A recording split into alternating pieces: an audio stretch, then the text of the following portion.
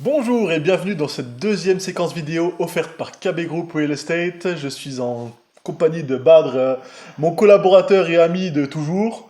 Bonjour Badr. Bonjour Julien, bonjour à tous et bienvenue dans cette deuxième séquence. Deuxième séquence, donc, on va parler de la négociation. La négociation est un point très important dans l'achat immobilier. Badr va vous en parler, c'est lui le spécialiste des négociations. Il veut dire que je suis le plus vicieux de nous deux, c'est ça? Un peu ça, mais indirectement, c'est mieux ça passe mieux. Oui, effectivement, c'est un sujet qui est délicat car la négociation, c'est vraiment l'un des points les plus importants de votre transaction immobilière. C'est un stress pour vous, mais c'est aussi un stress pour le vendeur. Donc, je vais vous donner quelques points importants et quelques comportements à avoir pendant la négociation.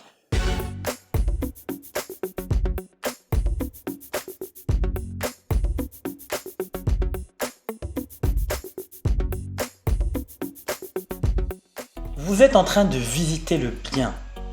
Première chose, votre comportement. Gardez vos sentiments pour vous. Souvent, les clients sont complètement euphoriques. C'est un problème parce que, en fait, après, on va avoir le problème de la négociation derrière. Si l'agent immobilier ou même le propriétaire voit qu'on est très intéressé par le bien, automatiquement, la marge de négociation sera moins grande. C'est logique. Donc, votre comportement doit rester neutre, car si vous montrez trop d'intérêt, vous allez avoir beaucoup de difficultés à négocier le prix. Deuxième point, ne faites pas d'offres spontanément. Souvent, on est dans le feu de l'action et on va parler trop vite. Et sur ce point, vous risquez ou de surévaluer le bien, de faire une offre beaucoup trop chère par rapport à la vraie valeur de ce bien, ou tout simplement dire une bêtise, sous-évaluer le bien. Et là, le propriétaire et l'agent vont être complètement bloqués. On a déjà eu le cas, hein? Oui, bien sûr. Après, nous, ce qu'on vous conseille, c'est tout simplement de faire une offre un peu plus bas. Après, si jamais il y a un refus, on peut toujours augmenter son offre. Exact. Tout en restant, bien sûr, toujours un peu en dessous du prix annoncé, ce qui est le mieux, parce que si on doit remonter encore par après, on remontera à la troisième fois au prix annoncé. Votre offre doit être faite par écrit. Donc, mais avant de faire cette offre, vous rentrez chez vous, vous faites quelques recherches sur les moteurs de recherche immobiliers, donc pour voir un petit peu ce qu'il y a sur le marché, s'il y a des biens similaires, à quel prix ils sont proposés. Cela va vous aider juste à avoir une vue globale du prix du marché sur ce type de bien. Donc, une fois que vous avez déterminé l'offre que vous allez transmettre, donc vous la mettez par écrit, vous l'envoyez à l'agent qui vous a fait la visite. Si ça a été de privé à privé, vous la faites tout simplement au propriétaire. Cela va vraiment éviter une mauvaise compréhension de votre offre ou une ambiguïté sur le sujet. Donc, offre écrite. Autre chose sur ce point?